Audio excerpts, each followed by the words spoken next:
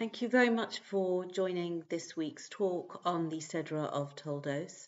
And we dedicate this learning in honor and prayer for the safe and speedy return of all of the hostages still in Gaza and the safety and security of all of the soldiers in the IDF.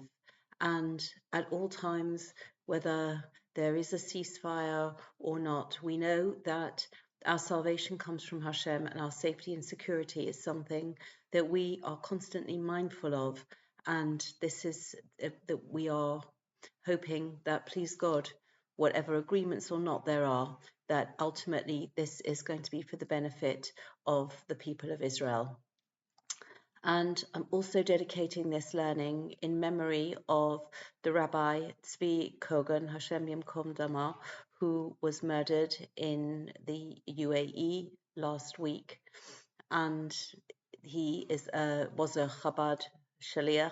And I think that the messages that come out from this are very, it's actually based on a shir that I heard from Rabbi Y.Y. Jacobson. And I think that these ideas and values are very rooted in Chabad philosophy. And we begin with Eile Toldot Yitzchak. This is how the Sedra opens. And as with every word of the Torah, it's capable of so many different levels of interpretation. And we normally, the translation in the English versions is, these are the descendants in one version. Sometimes the archaic word begot is used for the word Toldot. On the sort of top level, the surface level, the idea is of generations of progeny, but the word has been broadened and includes also any kind of legacy, any good deeds that a person is able to achieve, perform during his lifetime. And I think that there is as we carry on with the events in the Sedra, it's the story of Yitzchak and Rivka, and they, in common with all of the other of the fathers and mothers of our nation, experience difficulty in having children. And so we are already thinking about the children, Yaakov and Esau, who are going to be born before the conception, and then we know about the details of Rivka's pregnancy, and then after their birth, we carry on as they are growing up. And very strikingly, the Torah tells us, sort of in their teenage years, potentially, this is chapter 25, verse 27 and 28. Vayigdalu hanaorim, vayhi Esav ish yodei tzayid. And the lads grew up, and Esau was a man who knew how to hunt, Ish Sodeh, a man of the fields, Yaakov Ish Tom Yoshev Aholim. And Yaakov was an honest person. I have translated in the Gutnik Chumash. The Tamimus often means perfect or complete. It has a sense of a certain straightforward nature, not with guile. And Yoshev Aholim, he dwelt in tents. This is often understood in the sense of he enjoyed the learning. And Vayehav Yitzchak es Esav kitzayid befiv. And Yitzchak loved Esau because he had literally, he provided his mouth with game. There was game, as in the product of Yitzchak's hunting, of Esau's hunting in the field. He used to give that the food, the meat that he got from these hunts to his father Yitzchak. For Rivka oheves es Yaakov, and Rivka, and this is in the present tense, interestingly, Rivka literally loves, but we translate it often, it's written here, loved. And it's just interesting to focus as we consider the awesome legacy of Yitzchak, our father, because the interpretations, the deeper level interpretations, have often focused on certain words in the text or certain impressions that were fleshed out to define Esav in very evil ways. And there is even saw in the Ramban Nachmanides when we look at the word kitzayed befiv, because there was game in his mouth. So Rashi comments on that posuk that there was befiv katarguma in his literally in his mouth, befiv shel Yitzchak, that this food was in the mouth of Yitzchak, and that was the way to a man's heart. This was the reason that Yitzchak had a natural affinity, it seems from the words, to Esau. Medrash, and there is a medrash that says, "Befiv shel Esau," actually in the mouth of Esau, that Esau used to deceive his father with words, i.e., using his mouth, his speech, to make out as if he was more interested in the things that he knew would make Yitzchak happy. He would ask him questions about, shilas, very deep questions about certain aspects of practice, to give the impression that Esau was very interested in learning and in a whole spiritual path that Yitzchak is very firmly associated with. And Yitzchak, if we it is difficult to understand. Yitzchak on this very high spiritual level could have possibly been duped.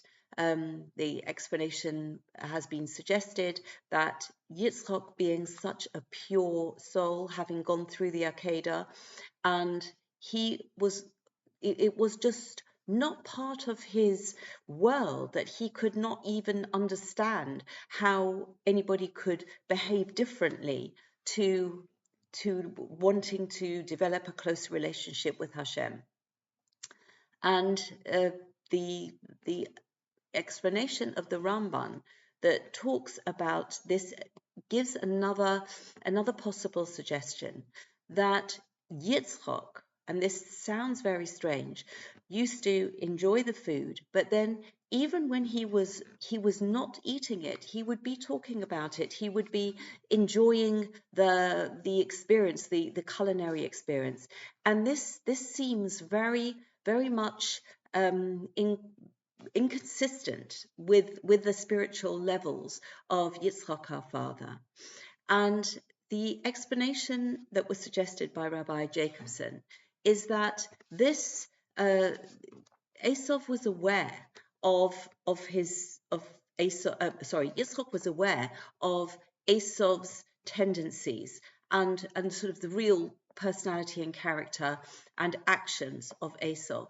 But he wanted to build a relationship. Esau was his son, and he wanted to be able to, in the areas where he could build a bridge with Esau, that he would use that as the mechanism to help Esau channel his tendencies in a positive direction, because all of us have tendencies, all of us have different talents, different directions. The question is, how do we channel them? How do we utilize them?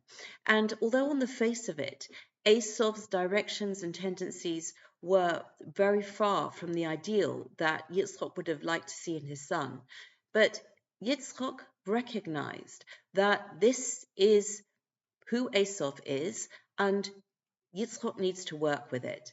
And it is all the more powerful coming from Yitzchak, because Yitzchak Avinu, Yitzchak our father, is the father who was associated with the midah, the character trait of Gevura, or Midas Hadin, which is a more stricter way of looking at life.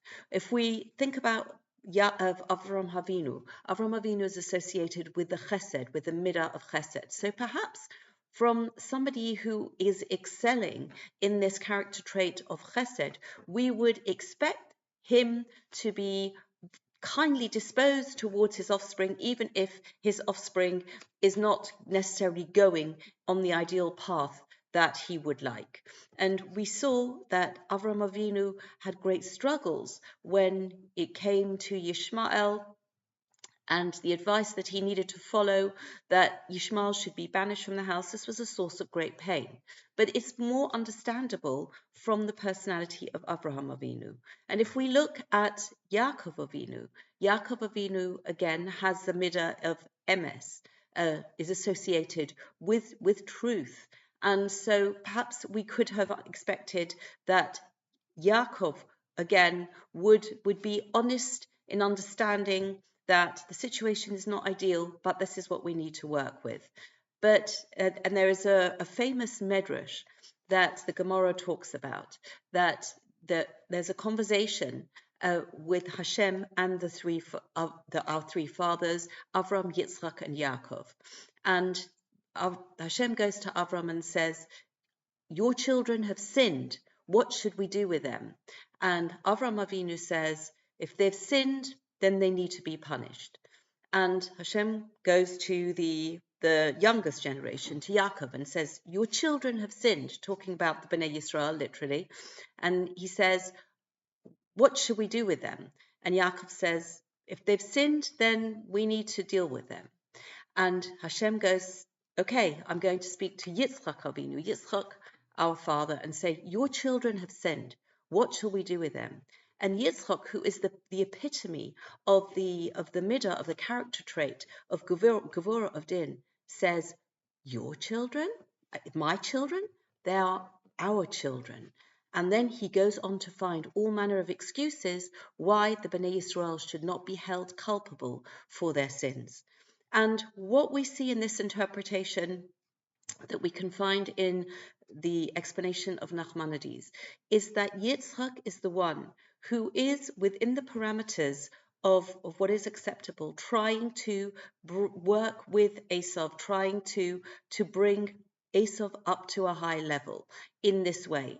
And this is a very awesome message that we can learn of this working with people, of just not accepting the unacceptable, but still keeping the channels of communication open and having that dialogue, and in this way being able to impact and help people be their best selves. And as we are seeing this very much as a point of light, and we are, please God, this Shabbos going to be reading the Mavorach, the prayers for Mavorach and HaChodesh, the prayers for the coming month of Kislev, in which we will celebrate Hanukkah. And we should merit to see the light of Hanukkah, the light of the approach of Yitzchak, according to this interpretation. And please God, our prayers should be answered, and we should bring more light into all the world. And we are going to have the true celebration that we so desperately wish for. Thank you very much for listening. Shabbat Shalom, and this coming Sunday and Monday, Chodesh Tov for all of everyone, for all of Am Yisrael. Thank you.